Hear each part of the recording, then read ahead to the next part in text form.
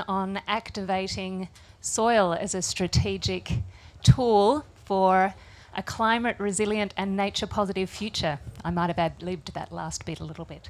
My name's Jane Hutchinson. I'm co-CEO of Pollination Foundation and I'm your moderator for this session. So it's very exciting to be here on World Soil Day. And I know that everyone who's in the audience is as passionate as I am and as the esteemed panel is about soil health. So thank you for joining us. I should also mention that this session is actually being streamed. So we're being broadcast far and wide around the world, which is super exciting. So not just for those fabulous people who've managed to get through the Blue Zone lines this morning to join us, but we're beaming well beyond this room. So that's super exciting. Please wave, say hi. That's a good idea, Barry. So it's timely to be having this conversation around the essential role that soil plays as a strategic tool to help meet our Paris commitments, because not only can soil help improve climate resilience, but it's also important for food security, for climate carbon capture and storage, and for biodiversity on this planet. And biodiversity is very close to my heart.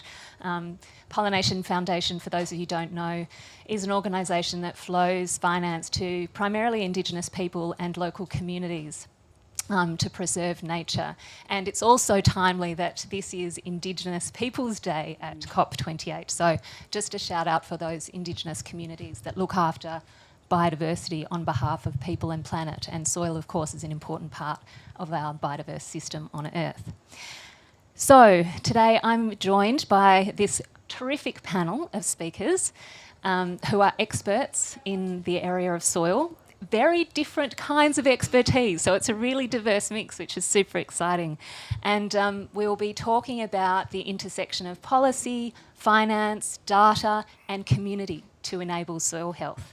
And some of the questions we'll be asking of the panel are things like, what are the agricultural policies and regulations that we need to protect and regenerate and promote soil health? What are the finance mechanisms to incentivise farmers and others for long-term health and resilience of our agricultural landscapes? And how soil data can be securely and efficiently shared to promote sustainable decision-making and practices, and how to take it to scale. So we'll hear not only about the data and the practices and what farmers needed, but also how we turn the trillions of dollars worth of investment out there to help manage our soils globally. So I'd love to start by introducing you to the panel. So we have immediately on my left, we have Barry Martin, who's the member of the managing board of Rabobank. Former managing director of Rabobank, but he assures me now that he is now taking on an as important role, which is in relation to farming and soil health on a personal level. So that's super exciting. Thanks for joining us, Barry. Also, we have Jeffrey Kiringa, who is CEO of Southern Agricultural Growth Corridor of Tanzania. And we have Sventor Holsether, who is President and Chief Executive Officer of Yara International, and thanks to Yara for hosting this session today. And we have Leanne Winaweki, who is co-lead of the Coalition for Action on Soil Health. So please join me in welcoming our fabulous panel. Thanks. And so to start, I'd like to open up the conversation by asking, what are the challenges and opportunities we have around protecting soil health? So just in a short snapshot, because we're going to dig into this a little bit later. So what are the challenges and opportunities, and why is soil critical, and what is not already happening at scale? So challenges, opportunities, why it's critical, and how do we take it to scale? I'll start with you, Barry. Okay, well, soil health is one asset, if I may say so, that has actually all the four critical credits that we're looking at. So it has carbon, it has biodiversity, it has water, and it has social. So the critical thing is to make it an asset class so that it is tradable, so that we don't only attract millions, billions, but trillions into this transformation. And therein lies the challenge and the opportunity. Well, yes. So I'll move then just quickly over to Jeffrey. So Jeffrey, what's your response to that challenges and opportunities question? Thank you. One of the biggest challenge is actually lack of awareness of the entire people involved in the value chain of soil health. And I will begin with the farmers. Farmers know the importance of the soil, but not necessarily what needs to be done in order to put the soil in a state of health. And you have to translate it in the language that they understand. In Kiswahili, I come from Africa, soil health translates into afya ya udongo. We know about the health of people, but not necessarily the health of the soil. So we're breaking it down to the levels where farmers can understand. And it's equally not known to the policymakers, the public officials. It's just getting there, but not yet at the levels what we would wish it to be. Yeah. Thank you, Jeffrey. And Sventor. Well, the challenge is, it's already been mentioned, soil has been underappreciated for such a long time. And not only is it a tool, I think it's the foundation for sustainable agriculture. If we don't get soil right, we're not going to get agriculture right. The opportunity, I think we were given a huge opportunity on Friday with the Sustainable Agriculture Declaration, and that soil health now is stated there. I think Her Excellency Mariam Al-Mahiri, what she's done here, and she's been working really hard on this for a long time, but the fact that it's now stated and clear is also giving all of us clear marching orders and also the focus that soil now deserves. And a hooray for Friday's declaration, right? Well done, everyone. It's been a huge effort. Huge. Lee, what are your thoughts? Great. I'll focus on the opportunity. I think we have a huge opportunity to bring healthy soil health into policies across multiple sectors, integrating evidence and data into these policies, making sure we're having evidence-based practice and policy. And with the Coalition of Action for Soil Health, we've been advocating for this since the UN Food Systems Summit in 2021.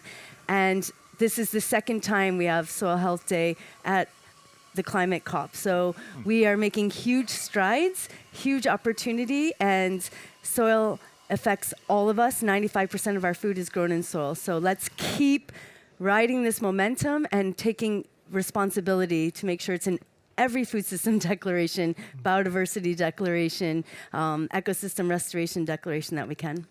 Awesome. Thank you, Lee. And can I stay with you for a moment? So just to dive a little bit deeper into that issue of policy framing, what are the critical kind of policies and environmental regulations that you think are needed to protect and regenerate soil health and to promote sustainable land use? So you've kind of mentioned these high-level declarations. Can we take it down another level and give some examples of what's working, what's not in that kind of policy and regulation space? What else needs to be done? Absolutely. So because soil is an integrator, there's an opportunity to integrate soil into multiple policies. So we normally think about it just in agricultural policy, but actually we looked at the NDCs, the nationally determined contributions, and we see huge potential to integrate healthy soil carbon into the NDCs. And guess how many NDCs actually include soil health? It's not 0, but it's less than 50, which is almost like 0. So there's a real opportunity for countries to include soil carbon in their NDCs because, as we know, soil stores 3 times more carbon than the atmosphere. Yeah. And so this is a real tangible way for countries to reach their NDCs by including agricultural, forestry, pastoral practices that increase carbon in the soil. Another opportunity is the UN Decade on Ecosystem Restoration. I'm living in Kenya, and we've committed 5.1 million hectares to be restored. That's going to take place on farmers' fields. That's going to take place in pastoral areas. Kenya's 80% rangelands. So let's make sure soil is also in that commitment to restore ecosystem health. So my final message is really just thinking of soil as an integrator and integrating soil health into multiple policies across climate change, environment, agricultural policies. Awesome. Thank you so much for setting that framing and for mentioning, the importance of farmers and kind of that connection between what is needed at a policy level, but also what's needed on the ground. And with that in mind, Jeffrey, would you be able to talk about the farmers and the farmer experience and what farmers need? What do they need in order to help regenerate and protect soil and promote soil health? Thank you very much. Let me talk on behalf of the farmers in Africa. Africa's population now is around 1.2, and very soon, in our lifetime, it will be around 2 billion people. These people have to be fed. And it is the farmers that will feed that population in Africa and even beyond. In order to do that, you need to be productive. And also your productivity has to be to the levels that will allow you to be competitive. That is not yet happening. One of the surest way of doing that is to take care of the soil. Soil for crops, soil for livestock, and all other services that needs the soil to be in place. Now, the opportunity is this. For many years, Africa has been attaining only about 25% of the potential of the crops in terms of productivity, given the genetic potential of most of the crops that are produced in Africa. The farmers that we have worked with, for example, in Tanzania, in the Sakot area, we have seen that productivity increasing all the way to 75% after less than 2 years of practicing good soil health. And what does it mean, actually? It means about taking care of your soil. That means increasing organic matter content, measure to see the quality of the soil in terms of acidity or salinity, and then take the correction measures. Now, this is where the policies will come in. For example, if you need to correct the acidity, the inputs to do that, some of the countries are still treating those inputs as minerals. And that makes it very expensive. But also, the value chain to bring that particular product to the farmer is still not yet in place. We have huge deposits of such things, and this is what farmer needs. And also, finally, do you need to take the plant's residues after you have harvested? Actually, you're taking money out of the farm. The organic matter content is so critical. These things, once taught to the farmers, they get it. And I'm telling you, they will increase productivity. And of course, minimum tillage is actually almost counterintuitive. Farmers are told to clear and clean the land before you plant. You have to see the soil. But actually in Africa, if the soil, the tropical soils are exposed to the sun and the elements, it's actually criminal. These are the things, put it in simple language, that we need to take to the farmers, and the results are immediately amazing. We are there for you, and I'm glad that the policymakers in Tanzania have taken it up. It's part of the agricultural transformation plan now. We are going to start with around 3 million hectares, and this can be escalated in a few years to come to almost 10 million hectares. This is for crops, but also we have huge lands under grazing, but also some of the land which are being used for other activities. What am I saying? The opportunity is there. Join us, support the African farmers to do that, and also the global community, because this is what is needed, and the benefits of that to humanity, climate change problems, and restoration of what we have already lost is amazing. Can I stay with you for a minute and just ask a question about data and the importance of, working with farmers and the data that's needed to help farmers understand and as business people, the data that they need in their hands to make decisions about restoring and protecting soil health. And then I'd like to come to you, Sventor, to talk about that data piece at a high level, broader scale. Okay. One of the opportunity which we have now in our lifetime, this generation, is that for the first time, we have technologies in our hands and also in our offices that can make almost what was impossible possible. Now, let's get into this. And this technology has been translated all the way to testing things on the farm. Okay, to measure what is in the soil and how is the crop growing and prospering. And this is what is needed now. However, this information is still in silos. Okay, some of the practitioners and businesses are still seeing it as proprietary information, and that it will make them more competitive if they don't share. But actually, there are more benefits if this information is put together, make it accessible, organized, retrievable, and also translated to the use of the farmers. I know there are many initiatives, but I was happy to have joined a meeting which was organized in Norway a few weeks ago. And we were talking all the partners in the soil health industries in the world, public institutions, private organizations, but also more important research institutions. They have all agreed to look on the opportunity to put this together in a kind of a database that can be location specific, but globally accessible.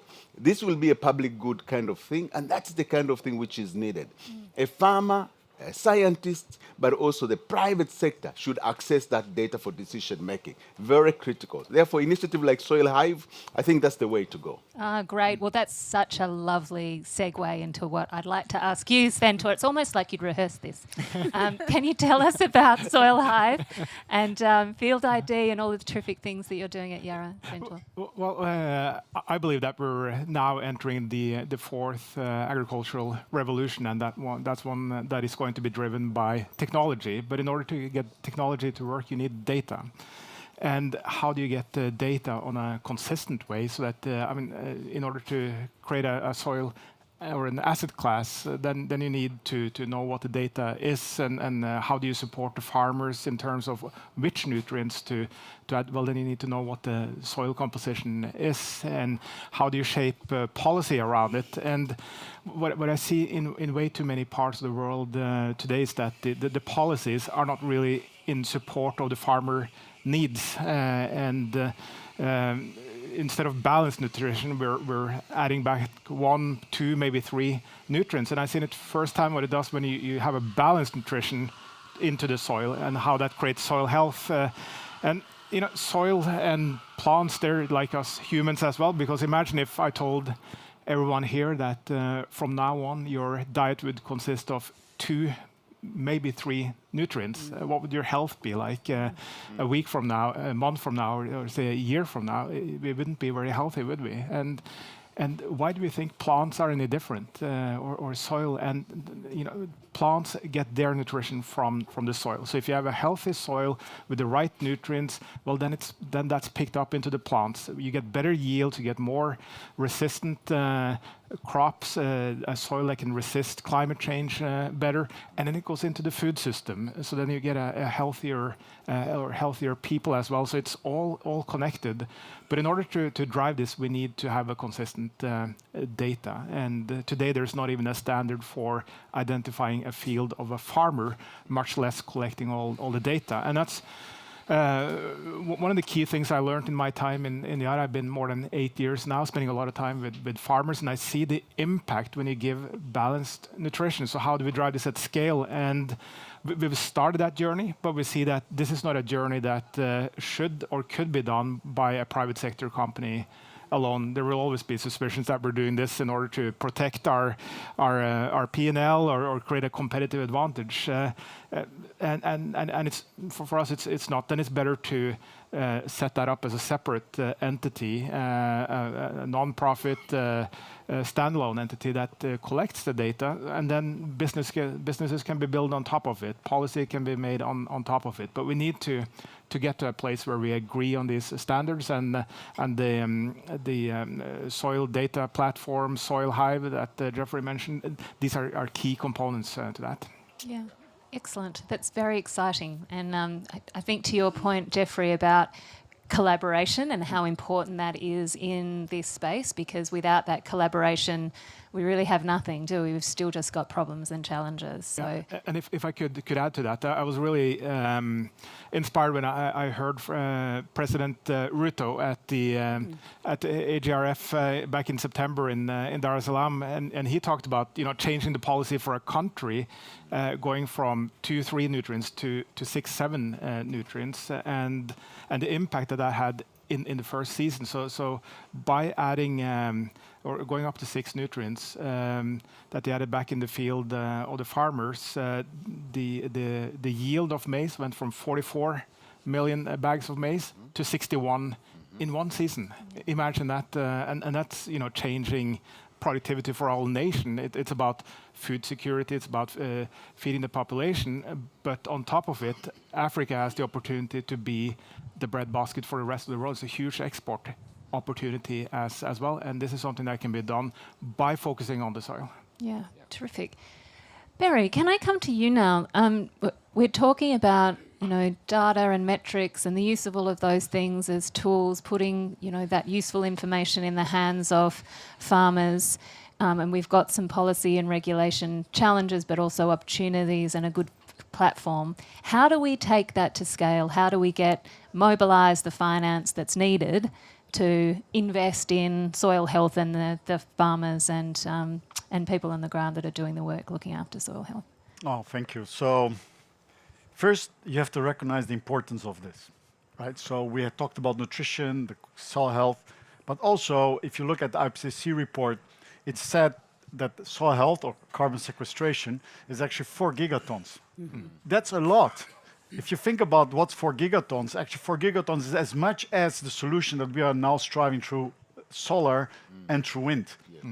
But we all have agreed that we're putting a lot of money into solar and wind, and we all know how to quantify that. And we have not done that for the carbon sequestration. So there's value. That's why I started about, do we really recognize the value of these assets, which is not only about nutrition, but also about sequestration. So that's the first thing which I would like to put forward, which I think is extremely important. And then you get to this other concept, and the second one is that actually there is no difference between quality of the soil, the soil health between Australia, Africa. It's all this. I mean, it's soil health. And what you're seeing right now is that every government is making their own definition about the soil health. So now you're talking about how are we going to do this, right? So I'm a bank, right? So I'm a banker, and I need cash flows. I need assets to finance on. That's the way we do it, right? So, and all you know that. And how do you do that? We as Rabobank, we finance farmers in all continents except one. Antarctica, we are not there yet. But we do directly or indirectly, we finance farmers. And each of those continents, each of those countries are getting different definitions. So if we would like to package soil health as an asset, how are you going to go to New York, to the big money, where we can talk about trillions, if we as a society cannot agree what is it, right? How would you like to find investors to put money in there? Because let's be very honest, the transition is costly. You go from one situation to a fully soil health situation, it will take you 7 to 10 years for that transition. And the way we have organized it right now is that this risk of transition is fully with the farmer and not within the value chain or with financiers somewhere, even as a bank, because it's not the way we have organized it. So I am really adamant that we need, as we are here in the COP, as we go to other places, that we need to agree what is that asset? How does it look like? How do we trade it? How does it create value? And how actually a farmer, when he starts a transition, can give that asset as a collateral so that it can generate cash flow for him and it can be given as a guarantee, because then the money will flow into that transition. But at this stage, even if I am as a bank today, right? So if I finance the transition, besides the risk which I'm taking, actually, society has defined that if I finance a farm, it's actually a dirty business. You know that? People don't know that, right? So in the banking regulation today, ECB and every place, financing of a farmer is considered a highly polluting process. So I have to put more capital, and we can do it as Rabobank because we are a cooperative bank, but I need to put more capital into financing a farmer because it's considered a polluting business because of all the way we calculate emissions, if I compare it to actually financing industrial activities. So it's crazy. So I know it's a bit long answer, but we really need to get our act together if we want to change. And the solution is 4 gigatons. Hey, 4 gigatons, as big as solar and wind. And it's super interesting, isn't it? Because we need to turn that thinking around from it being a deficit, thinking it's a liability, an asset. And so what are the... Lee and I were talking before about standards and those kinds of things that are needed. And you mentioned before this session that there's, different components of what that asset class might look like. So what does that include? We're talking about water and those other kinds of things. Can you talk a little bit about what would make up the asset class? How would you actually create a tool, a financial mechanism to drive finance? It starts with, if you look at the reporting, and no one talked about Europe, is the CSRD reporting, which is coming up. Actually, you will have to say what is the carbon, what is the biodiversity, what is the water, and what is social. But if you look at soil health, all those 4 components are in there, right? So that makes it such a strong asset class that if you really want to show that you are committed to the change, to Paris, to the Montreal Declaration, soil health is actually the most beautiful assets that you can have because it has all the things that we actually talked about, right? So I'm a bit passionate. Sorry, I mean it's not normal for a banker to do like this, right? So I think we're heading towards a beauty competition for soil. I'm already seeing it.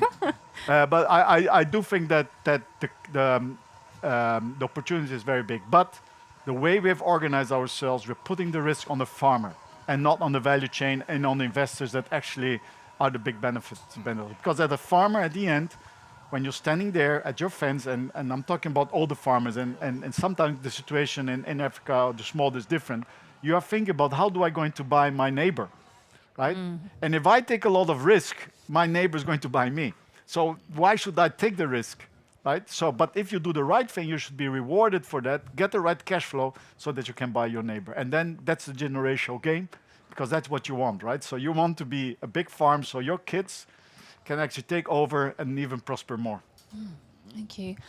Lee, I'd like to come back to you for a minute just to talk a little bit about if we have these asset classes, we've got to measure the soil in some way. Can you talk a little bit about the measures and what you're seeing and noticing in terms of that opportunity to create set of standards around the measures so that we can get this consistency in the asset class and drive the finance? Absolutely. So I'll try to follow Barry's enthusiasm. Fantastic. And yes, we do have a definition of soil health, of what healthy soil is, and that's one that can sustain productivity, diversity, and the environmental ecosystem services. And you mentioned water holding capacity, carbon storage, providing nutritious food. These are critical ecosystem services that Healthy Soil provides. Now, when we get to how to measure it, we have to simplify. So one of the key indicators of soil health is soil organic carbon. Why? One, because it influences all these other processes. A soil that has more carbon can store more water. A soil that has more carbon, organic matter, as you said, can provide more nutrients to plants. A soil that has more organic carbon also can host more organisms, more biodiversity. And the best thing about soil organic carbon is we know how to monitor it. We know how to measure it, and we know how to map it accurately. So, as you all know, I'm a scientist at C4E Craft based in Nairobi, and we have been pioneering technology to monitor soil organic carbon using soil spectroscopy. This has reduced the cost by 90%. 90%. And that has enabled us as a community to accurately assess the variability of carbon in the soil across all the farms that we're talking about, including across the Sagat. We produce maps across Tanzania, Kenya, multiple countries at 30-meter resolution. Most importantly is we can track how management is influencing, impacting, changing soil organic carbon. So even in dry systems like in Niger, where soil carbon is extremely low. Anyone take a guess? What's the grams per kilogram of carbon in an average farmer's field in Niger? 2. That's 0.2%. 2 grams per kilogram. Norway, we're talking about 80. Wow. Okay? It's a big difference.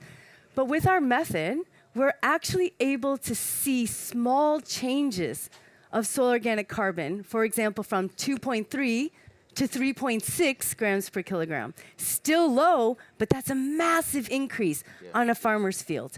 And so we do have the methods, we do know how to monitor soil carbon, and this is going to enable Rabobank to finance smallholder farmers in Africa for implementing activities that increase soil carbon. It's going to enable the government of Tanzania to support their NDCs by including soil carbon. So I think data is the key ingredient here that will enable policy and practice.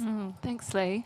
Sven Tor, I'd like to hear your reflections on those numbers and what your thoughts are immediately when you hear that. Yeah, no, we've seen it firsthand how ag practices can really change soil organic matter and then carbon sequestration into the soil. And as already been said, this is absolutely necessary now. If you look at the trajectories on emissions across the world and what's been discussed here in Dubai as well, the only way that we're going to be able to meet the targets would be if we get carbon out of the air and into the ground, and that's where the farmers can play an incredibly important role. So, but what we need now is to connect the data with finance, because when we get that connection, then we have farmer incentives in place, and that is my biggest frustration, and the farmer's biggest frustration as well. That we see it, we see that we can do something about it.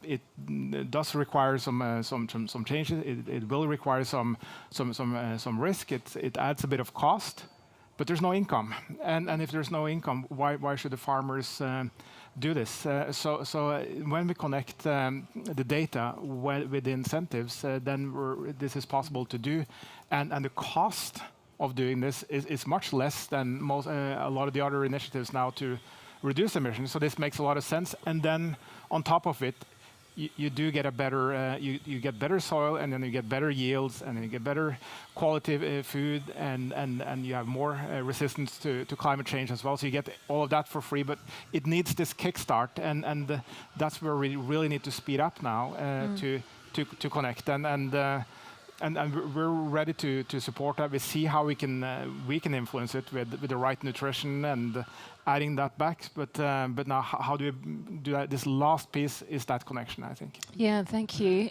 Jeffrey. I'm interested in your thoughts about what are those incentives that farmers need. Obviously, there's the revenue, but are you seeing, and can you give us an example of any projects where you've seen that incentives just make a massive difference for farmers on the grounds, and what lessons we can take from that kind of thing happening? Let me put the heart of the farmer. Thank you. And I'm trying to think on the most important incentive first, and then I will go to the government and also the finances. If I'm a farmer and my productivity is around 25% of the potential, and if you're sitting in Tanzania, Iringa region, where you can get up to 10 tons of cereals like maize per hectare, and you're getting less than 2 tons. And I see a neighbor that has practiced the soil health, and he's already getting between 6 and 7 within 2 years. And you see massive increase in soil carbon and organic matter content and the structure of the soil, and almost the same inputs in terms of seed, fertilizer. But what changed is the necessary inputs to correct the soil, to make it healthier, and also the knowledge. Even things like plant population, which we have been working on for decades. At the end of the day, that change from less than 2 tons to 6 to 7 tons, that's a massive incentive. And that is what actually the bank needs. And you're transforming that farmer from subsistence, which you have worked for almost 50 years, to a surplus producer. You're making that farmer to be an agribusiness. And how simple that looks. You see? Despite of that, there's also another incentive to the policymakers. We have been talking about, and we have agreed, and it's easy, actually, even to finance, about the human health. It's our health as a people. But we somehow fail to recognize the relationship between the health of the people and the health of the soil. This is the time to demystify that the health of the people is not only about vaccination and treatment. It is also about what do you eat and how that is grown sustainably. And that is an important message even to the financiers. And this is what now needs to be translated into the policies in our governments. And they have started to do that. In Tanzania, from the level of the minister all the way to the president. That's why we have come here. The day before yesterday, we launched the Soil Health Initiative here. It was a side event. I think that's one of the countries that have done it. Please go. Look at the impact. And the minister and the president in her message, she said, if in order to protect the environment, you have to address the issue of the poverty at the farmer's level. Yeah. And that goes to the community. If I'm a farmer and I'm getting less than 2 tons per hectare and I have a forest behind me and the city is dying to have a charcoal, I will eat whatever that I've produced in 2 or 3 months. And then the rest of the month I'm idle because the soil is not productive. I'll take my axe and go and chop down trees and make charcoal. And that's how we've been living for decades. But now with the increased population in Africa, that charcoal will finish very soon. Now, how are you going to make this farmer able to access other sources of energy instead of destroying the forests? And this is what we're talking about, increasing production, and there is no such a shortcut message like taking care of the soil. That is the incentive now to the government to make policies which will be friendly to making sure this knowledge and practices are being widely knowledge and distributed. But now, to the financiers, it is so disheartening to hear that in the finance world, financing agriculture looks like it's a risky area, not only risky, but also dirty. It's true. But yet, this is where our food is coming from. Maybe it has been that way because that's how it used to be. But here we are talking about a different issue. We are talking about a health soil that brings in a health food, which is important for the health of humanity and nature as well. Thank you. Thank you. So interesting, this element of health and well-being of people as well as soil. And, you know, I think we've taken this siloed approach to climate and nature and people and well-being, and we really need to kind of bring that all together. Barry, question for you about markets and whether carbon and these emerging biodiversity credit markets, water markets, how that might help mobilise this finance and create a new asset class that's more attractive to financiers. And this one is without notice, Barry, but how might you be able to incorporate well-being and kind of human indicators in that? And please, anyone in the panel that would like to help Barry out with that curly question, feel free to intervene. No, I'm not. So let me start with the last question. The thing is, look, as a banker, when you make analysis of a financing, you actually take, nowadays, you only do 2 measures, right? So you take the measure of cash flow, and you take a measure of collateral. And then you look, what is the risk, right? And then you, okay, is it risky, not risky, yes or no? But what's going to happen is that we actually need to add a 3rd column in this decision-making, which is, so cash flow, collateral, and actually environmental. And the moment that you add this 3rd one in the decision-making, it makes a completely different way of how to look at it, because you could have a very nice project, but it's depleting the land. So it means it doesn't get a tick on environmental. You could have a very nice project where actually the environmental is and sustainability gets the tick, and maybe collateral doesn't get the big tick, and cash flow gets a good tick. So then you have that balance that you're looking at. So I do think that the first thing which I would say is that we as bankers need to actually develop a new muscle, which is including sustainability in the decision-making process. And we don't do that, okay? And it's something new, and that's new muscle. So we actually have to look at more parameters. And I hope that this is really, and that's not easy for us because we have not been educated that way. But we need to get there. On the asset class thinking is, look, if you think about asset class, metrics does matter. And the thing is, have we been, as a society, measuring the right thing? Especially when you get to food. Because if you look at the energy transition, what we actually were be measuring was emissions by ton. And then megawatts and mega power, I don't know, megawatts per ton. And that's a very easy thing to measure. But the moment that you start talking about food, you're actually measuring other things because you're coming with nature. And in the nature measurement, you have the quality of the soil, but you also have what is actually nutrition you're producing. Think about it. How many times have you actually, and I'm maybe a bit controversial here. I know we talk a lot about dairy and emissions by dairy, but everything I hear about dairy is the emissions by kilos. But nobody talks about what is actually the emissions of dairy by the nutrition it's being provided. And maybe then suddenly, and I'm not saying it's better or worse, but maybe then the numbers are different. Did we ever compared a liter of I don't know, soya milk in emissions by nutrition to a liter of milk by emissions and nutrition? I'm not saying I'm right or wrong. I'm not making, because I don't have the science, but the right method is going to matter.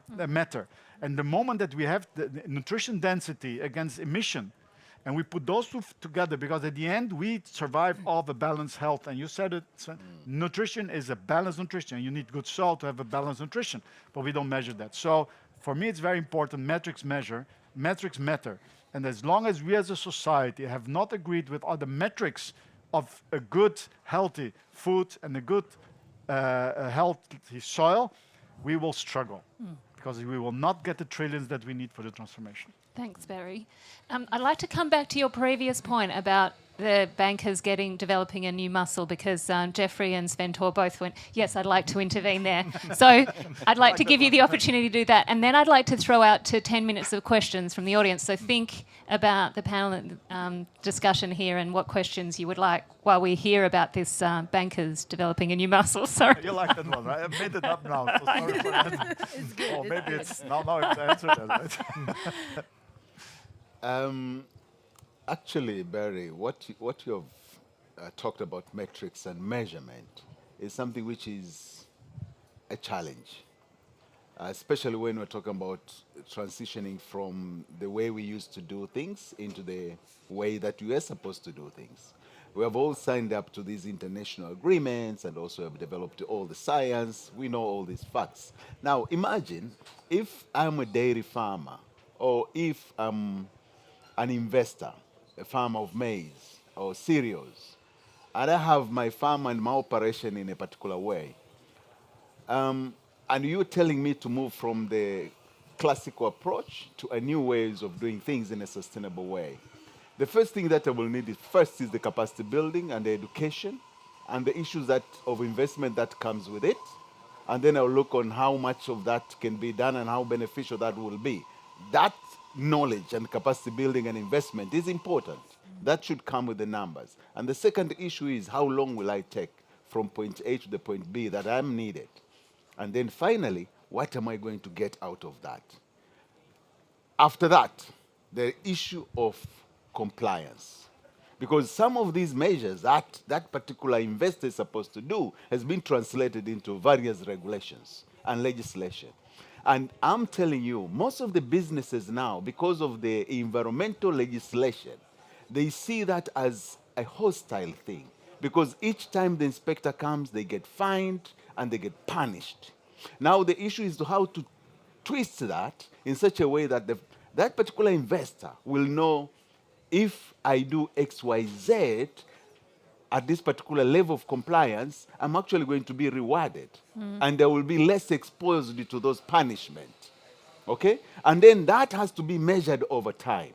The good news is, in Tanzania, under the SAGCOT initiative, in collaboration with the Ministry of Agriculture, an international organization like IUCN, WWF, CARE International, we have developed what we call the Inclusive Green Growth Initiative. And that we have even developed a tool to measure that. So I will welcome you to go and visit the SAGCOT website and go to IGG tool. That will give you an example on how we are pioneering that work. And as I speak now, we've been doing that for the past 5 years now. And we have actually realized that we need to improve it. And as I'm talking to you, we're improving that tool to include issues of climate change. So I'm inviting you to go and look at that in SAGCOT, Inclusive Green Growth Tool. And we'll be very happy to get your comments, and I believe this is one way we can start putting the measurement and all this knowledge at the farmers and government level. Finally, those businesses that have used that tool actually have seen that it's more friendly, it's giving them a competitive edge. And I'm saying this because such initiative now can help to put together this knowledge, translate it in a practical way. And the benefits and the responses are amazing. So I welcome you to go and visit and see what we've been doing there. I love that you're giving everyone homework. That's fantastic. Sventor, did you want to make another comment before we throw to audience questions? Just quickly building on what was said now also on the emissions part of it, because we've gotten exactly the food system that we paid for. And that's one that only focuses on kilos of crop, not how it's produced, not one that is focused on the farmer. And I mean, what if we could turn that into focusing on the emissions part of it? We're going through an energy transition now, and then we're talking about the difference between coal-powered energy and renewable energy. Why don't we have the same discussions on food as well? Yeah. Because if we did, then we would reward the farmers differently. Then we would pay for water consumption or less of it, for biodiversity, for nutrition, for productivity as well, so that because right now it's for many farmers it's cheaper and actually necessary to destroy nature and mine the nutrients out of the soil because they cannot afford to add back nutrition. And the reality is, if we get that right, we can turn probably around 40% of existing farmland, we can turn that back into nature and then get this more productive on existing or the remaining farmland. But then that needs to be focused on the farmer. So if we can get that in place, and in addition the asset class that will help on the financing side, then we will see this change in a much faster pace. Leo, I'll come to you, and then we're going to throw to one or two questions from the I'll audience. just follow up on Barry's point about the new muscle. Yeah, please.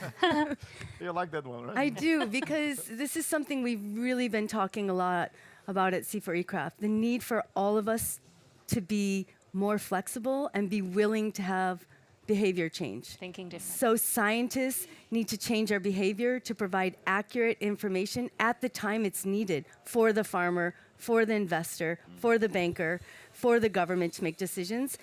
And we all have to be willing to make that change in how we collect data, farmers and how they farm, donors and what they fund. So I think it's a really important point about not just muscle change, but behavior change of each one of us to make sure we're building healthy soil ecosystems. Really good point. So you've had some time to think about questions. Good. Well, I love it. I think we've got oh, look at this. We're overwhelmed with questions. I love it. Thank you. And microphone down here. Thanks. Spencer from Antigua. We don't have the big land masses that you have, but at the local level, we use a lot of waste items to build up the soil. The organic waste, when you cut your grasses, the leaves that fall, fish guts, sargassum seaweed. We use that because, as you said, it improves the water holding content of the soil. I do that in my gardens, never use no chemicals, no fertilizers. So the benefits across, cutting across so much conventions, chemicals and waste, you know? And it helps biodiversity. The plants help to build our resilience to the storms. So yes, we got to focus on the soils. It's the most important thing. Yay on World Soil Day. Thank you. Fantastic. Up the back there, I think there's... Oh, Keith, would you like a question? Yes, good morning, everyone. This is Dr. Jibril from Uganda. I'm wondering why we are not talking about soil health and pollution. Out of pollution, I mean plastic pollution, pollution from these metals, pollution from inorganic pesticides being used. You can imagine that as we are promoting soil health, there is a need of us to at least have one of the partners who are into plastic production and distribution businesses, because we all know that this is the largest contributors to the soil degradation. Before we talk, I'll talk about agroforestry. That is a sure deal, but we have this component which is highly killing our soils and it's reducing the productivity of our land. Thank you very much. Thank you. Great. Question up the back. That might be our last question before we wrap, Oh, I there's think. one more. Until Lahun. Two more. Two more, okay. Hi, thanks very much to the panel. A really interesting discussion. Catherine Bartlett from Anglo-American Crop Nutrients. I just wondered, just a comment in general, one of the issues that we've had in soil policy, so I'm a soil scientist, I should say that probably first up. One of the issues that we've had in soil policy in the past has always been that a lot of the measures of soil health take years to establish, and this has always been a problem in a policy context, particularly where we're paying subsidies to farming communities for certain practices. I just wondered if you had a comment on maybe how we can break this system a little bit so that we can push it forward to be over longer periods of time where actually we can make a difference and we can improve the life of farmers in the short term to provide those benefits in the long term. Who'd like to take that one? Yeah, Good. No, please. I've lost control. It's fine. I'm okay with it. I use the opportunity. No, my name is Tilahun Amede. I work for AGRA. I'm the director of climate, soils, and extension at we used to be called Alliance for Green Nutrition in Africa, are called now African Food Systems. It's easy to say than to do when it comes to soil health. We work in many countries in the continent. If you go to a farmer's field and collect all the biomass that farmer is producing and convert it to nutrients to produce 2 ton maize, it can cover only 10% of the farm. So what do you do with the 90% of the farm? And that farmer, as you rightly said, needs food, so productivity, then other services. Yeah, climate comes next, probably, water and all those ecosystem services. So, what is the incentive for the farmer to fully rely on the organics while he's still producing 1.5 ton, 1 ton agriculture? So, 2 things I would like to probably suggest. One is, how do you increase biomass in the system? So nutrients are becoming very critical, but also incentives like, the bank said, so that if we appreciate the contribution of the carbon, bringing in trees, bringing in cover crops, bringing in other sources of carbon into the farm, so that it contributes to sequestration at the same time, enhance, the soil carbon to improve productivity. The second thing, which is I think also touched, is, even that 10%, there's a lot of competition for biomass. Cooking, yeah? 80% of African farmers are using biomass to cook food. You cannot say, put it in the soil while people are still struggling to get food. Yeah? So unless we bring in alternatives, renewables in the village, even energy-saving stoves, all sorts of options. We can preach for centuries, but it will not happen. Because at the end of the day, it's the farmer who is deciding what's going to happen on the ground, in the farms and in the landscapes.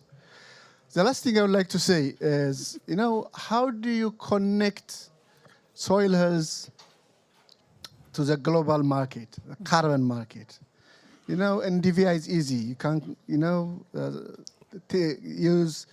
can use satellites and measure carbon or suggest carbon.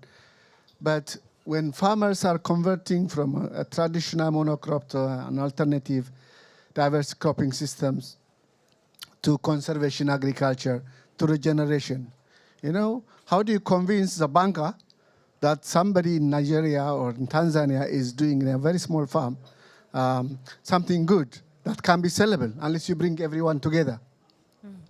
We are operating in 1 hectare of agriculture field. Unless you create a community, a scale, it's not sellable. I don't think the banker will be coming to buy that one farm or 10 farms. Really good point. Thank you. Thank you.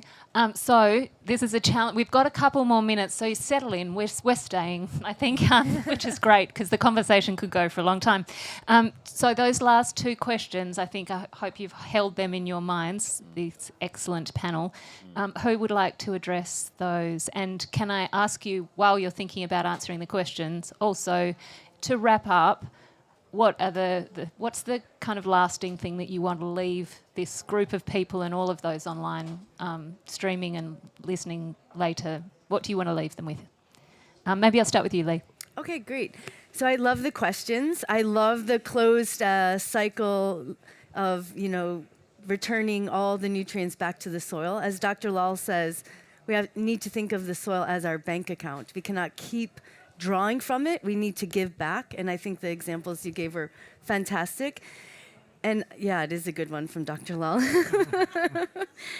I agree. I think in order for us to invest in the soil, it is a long-term process and it's a long-term investment. And that's why we need the banks, we need the private sector, we need the public sector to incentivize farmers in that transition, financial incentives, for example, to invest in soil health, because it does take a lot to restore soil health. So the best thing we can do is not degrade it any further. We need to stop soil leaving the farms. We need to curb soil erosion and start building the healthy soil ecosystem, because repairing it, rehabilitating soil is a long-term process, but it is possible. But it's not possible just by doing one thing. We need to do a lot of interventions. We need to have deep-rooting crops, deep-rooting trees. We need to have diversification on our farm. We need to think of soil as the skin of the earth. We need to keep it covered all the time. So we know we can improve soil health. We know how to monitor it. We know how to track these changes, and that should incentivize governments to feel comfortable making these policies that we can improve soil health. Thank you, Lee. Sven Tor?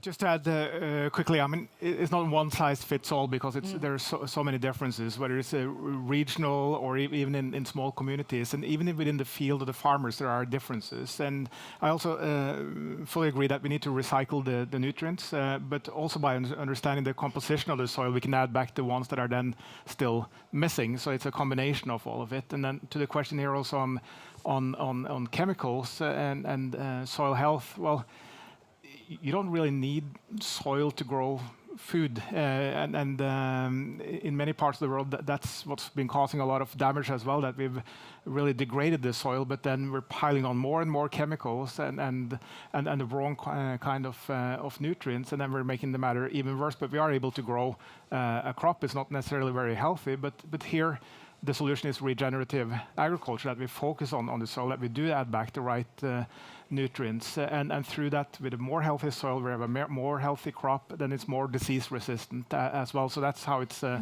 connected. But then how do we do this at scale? And then I think we're back to standards and incentives, because if we have standards, well, then we know what we're looking for. But for the farmers to do this, well, then there needs to be an incentive. So if say that you know what the health of the soil is, but the incentives are for completely different practices, well, why do you do it in the first place? So here I think also an open data platform could help on this, and also understanding soil in a much broader basis. In large parts of the world, the soil is too acidic right now. So the best thing you do is to line the soil in order to make it able to absorb nutrients in the first place. Terrific. Thank you. Jeffrey? Thank you. Let me go to, I'll start with my sister there, the scientist. Yeah. First of all, I wish to take this moment to appreciate the work that the soil scientists have done over the years. I think this is one of the less celebrated branch of agricultural knowledge in the world. Giving some love to the scientists. Yes. Yeah, agreed. And also, it's a fact that soil science and the knowledge that is involved with it is so deep. And it takes time to understand and comprehend and bring it together. They have done it. Most of it is already produced over generations of soil scientists.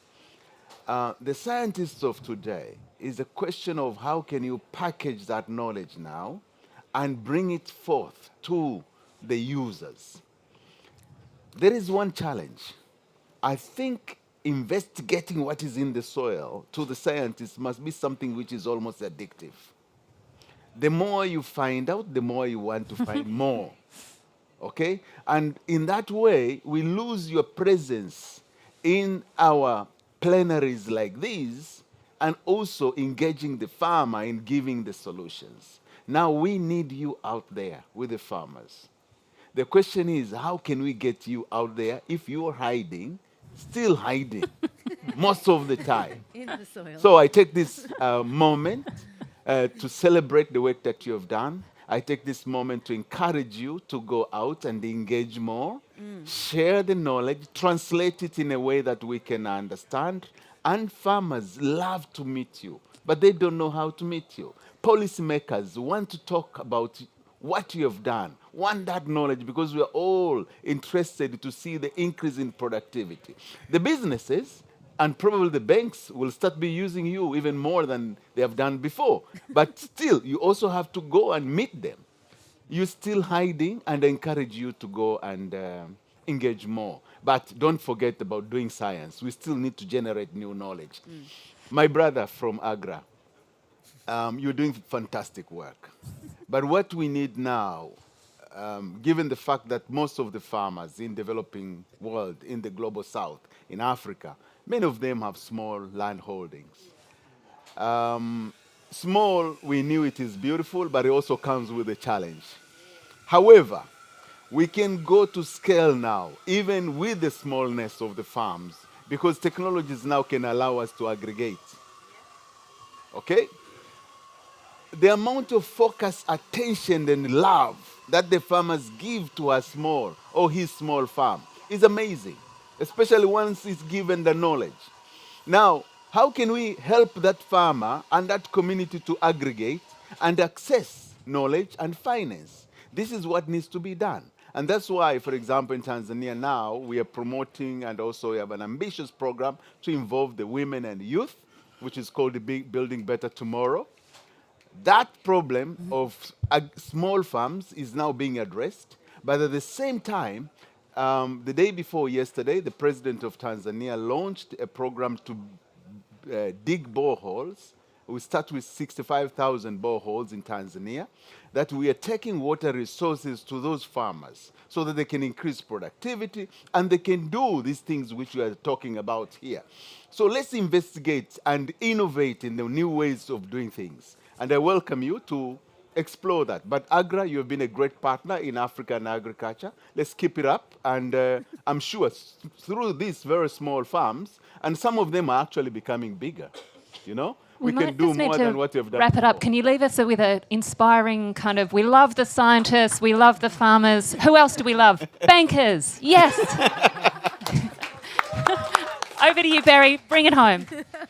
Well, I have a very simple way of looking at it. The first thing is farmers, they are entrepreneurs, right? So let's start with that. And I look at it as things that you cannot do alone, you should do together. So as a cooperative bank, I really truly believe that creating communities could be a cooperative or other communities so that you're stronger together. I think that's the way. So I don't believe that you could ask a bank to only do one 1 hectare farm. No, coming together and financing and giving technological assistance, science into the cooperative, and looking at the farmer as an entrepreneur in this community. I think that's the way we should be looking at it. That's the first thing. That's the way I think a bank should look at this transformation. And the last thing, and on the soil health, please, just make it simple. I know it's difficult, but what is the key measure that we could take out there that every investor can understand? Is it the carbon? Is it one thing else? I don't know what it is, but let's make it short and simple, because then you really can attract the masses and we go from the billions to the trillions. Beautifully said. So we're going to be simply stronger together on World Soil Day. Please thank again Lee, Sventor, Jeffrey and Barry. Thank you so much. What a terrific session. Best session ever.